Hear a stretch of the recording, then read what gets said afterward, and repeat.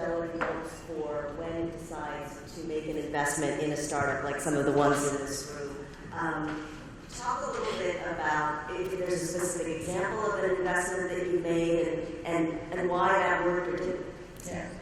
So we've been doing this for a long, long time. And we've done venture work. We've started operations in the technology space on our own. I'd say the biggest thing that we're looking for is differentiation. And the reason I say that is that in financial services, so much of what you have to do is deliver services really reliably. And everybody's very focused on that. We're focused on complying with all the regulations. Many of us are very new to our organization. And so it's I think, pushed the industry away from differentiation.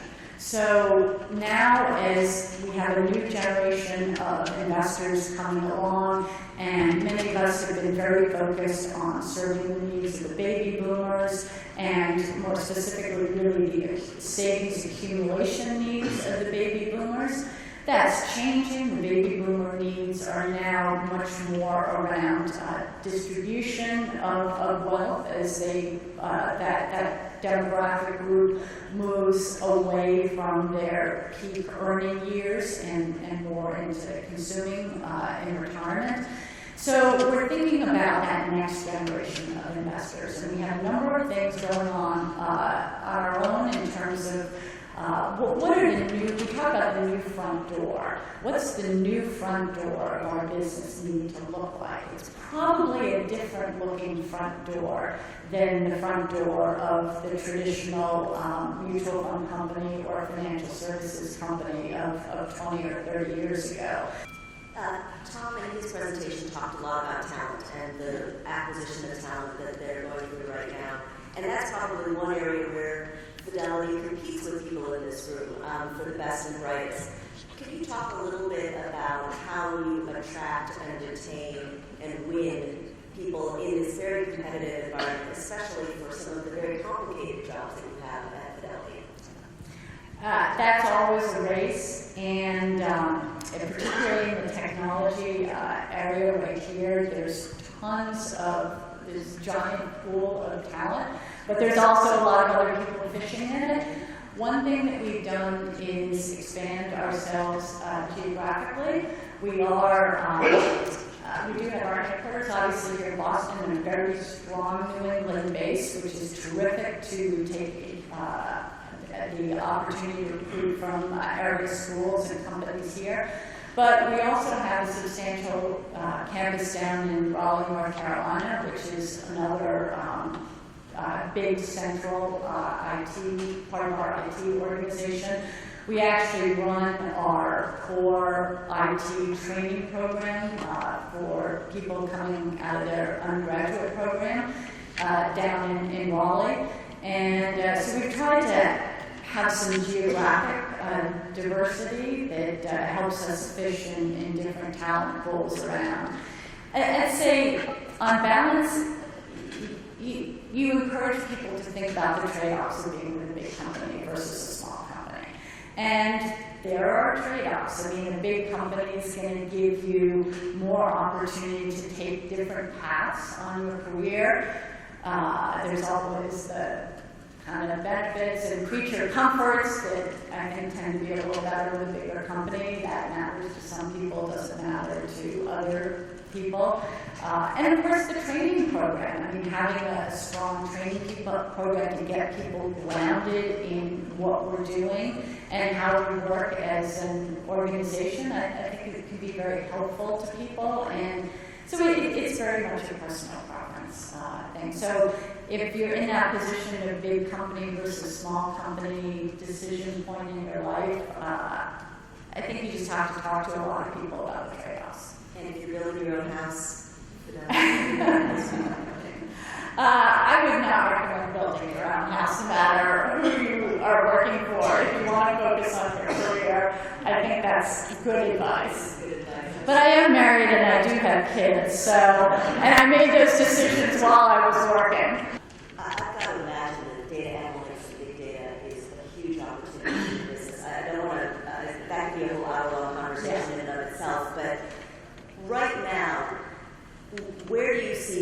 the low-hanging fruit of the biggest game? Is it in the customer-facing stuff? Is it in the institutional stuff? Is it in the actual investing? Where do you say, gosh, the analytics can really transform the business right now? Well, it's really all of the above.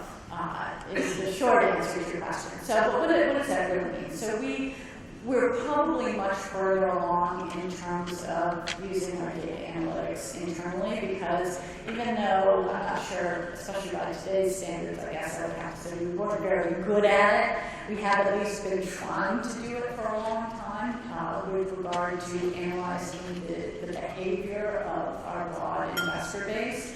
What has been interesting is over the last couple of years in our workplace business. So in our workplace business, it's a two-tiered kind of a sale. So we have to go sell to a company and convince them to be our 401k provider, for example.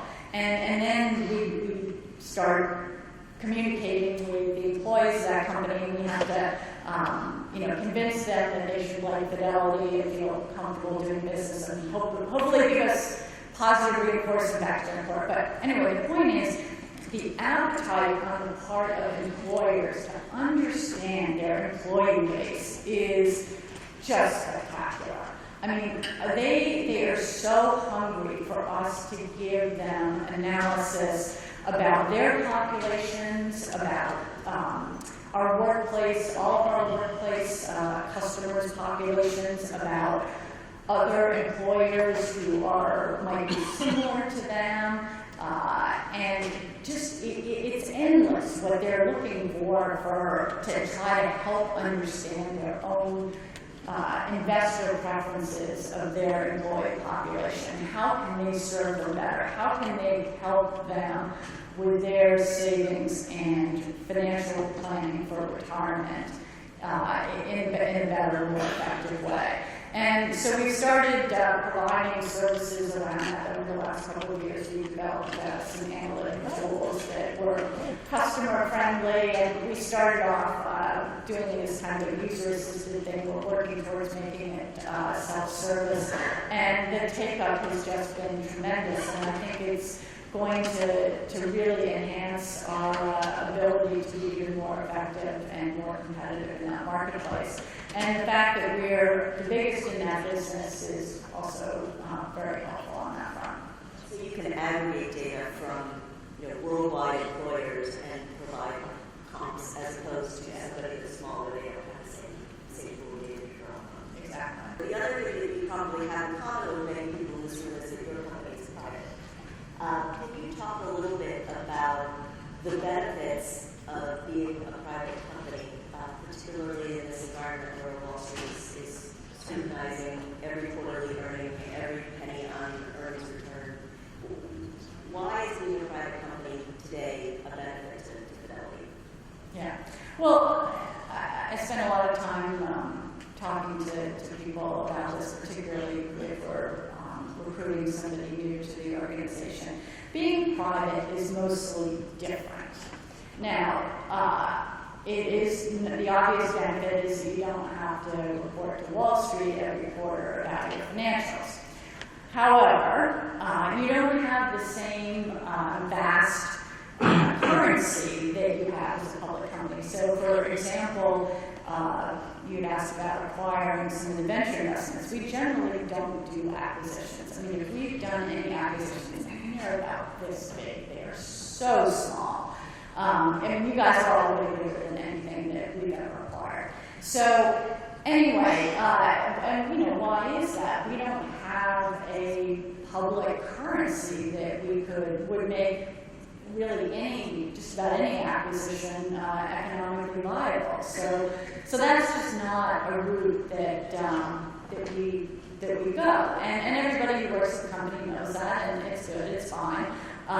We build stuff ourselves, and I think over the long term that's been very helpful. It also gives us the flexibility to set the time horizon. So our time horizons tend to be longer than I think what you might normally experience working at a public company. But you can't, one of the downsides I would say is there's the potential to lose a little bit of that natural discipline. And you have to really replace that discipline with strong, clear milestones that you are driving the business for. In the, say, I would typically choose like a 2-quarter, 12-month, 18-month kind of time horizon to measure, a typical business initiative.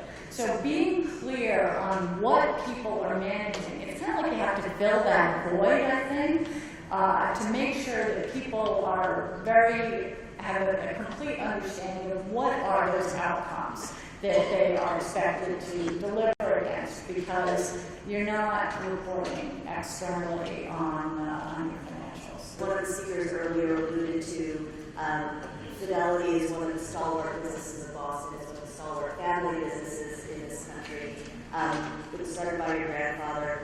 Tell us a little bit about what it was like to grow up in the Fidelity family. Did you sit around the dinner table talking about defined benefit plans? What was it like growing up? My parents always encouraged me to do what I love to do, to think about what was my passion. And when I look at both my parents, I think one of the reasons that they're happy, well-adjusted people is they both pursued their passions. And so I've given that advice to my own kids, and I would give that advice to anybody. So really, thinking about, what are you doing with your time? Why is this important to me? How am I going to accomplish what I think is really going to make a difference is really critical. So that's really what they spent more time talking about. Did I pick up little bits and whatever stuff from overhearing various conversations? Yeah, I think the way any kid would, you learn a little bit about it and you're naturally curious about what do your parents do all day while you're working your butt off at school. They must be doing so. And I've experienced that with my kids. I mean, what do you do all day? What do you mean you go to your office? What do you mean you sat in a conference room? Why did you go to Cincinnati? So I experienced that, I think, in a very normal way that a lot of kids do. Only now the customer's wife to go to Bangalore. Yeah, exactly. Yeah. That provoked an interesting conversation with my daughter. Said, "Oh, yeah, my school runs a program in Hyderabad. I actually thought it seemed really cool. Did you get to stop over there?" Anyway, so yeah, a little more range of opportunity. We have relationships with a number of the outside incubator organizations. When I made my comment a few minutes ago, I was actually referring to our internal incubation system, where we try to identify people who are ready to do something different in their life and want to have an entrepreneurial experience under the Fidelity umbrella. So many of these efforts are fairly new relationships with us. They've really initiated over the last couple of years, I would say.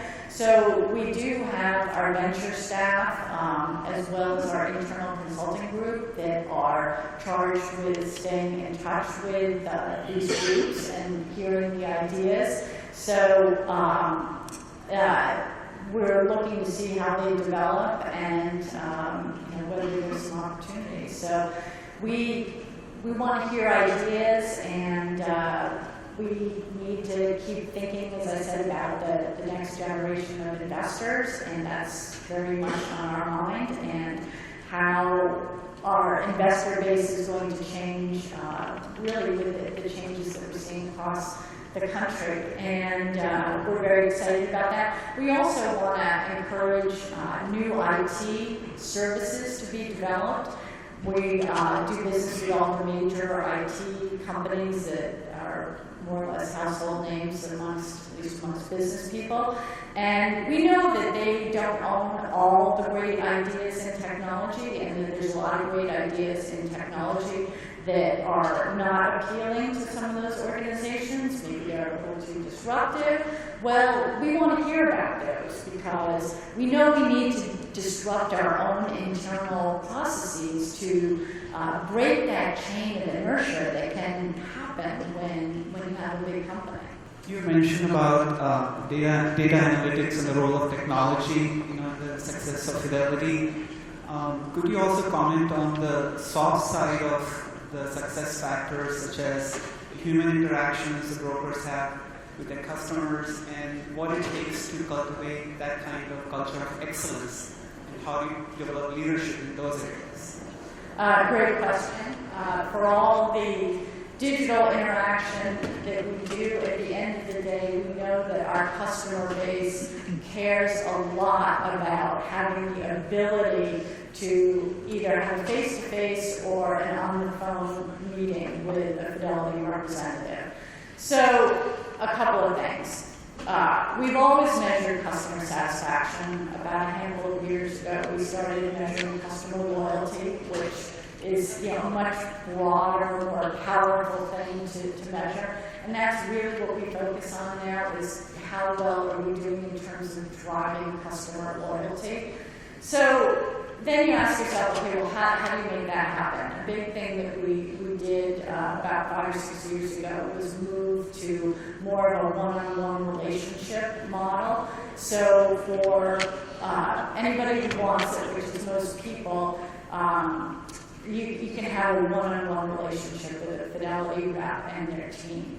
So what that typically translates into is people do a lot of online sort of checking their balances, routine stuff, but we encourage people to have a session once a year with their Fidelity rep to just talk through what's in my portfolio, what are my goals, do the goals that I had last year still make sense for me this year, and most importantly, does my portfolio reflect my goals and my personal preferences of what I'm comfortable with, because that varies tremendously person to person. I mean, you can do a formula saying how old are you when you're going to retire, what are your assets, your income, and crank out an answer for an investment solution.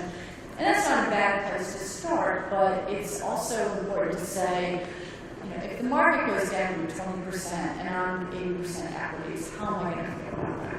If that's going to make you feel like selling, then maybe you don't have the right portfolio mix. And so it's that kind of a thing that tends to really benefit from personal interaction.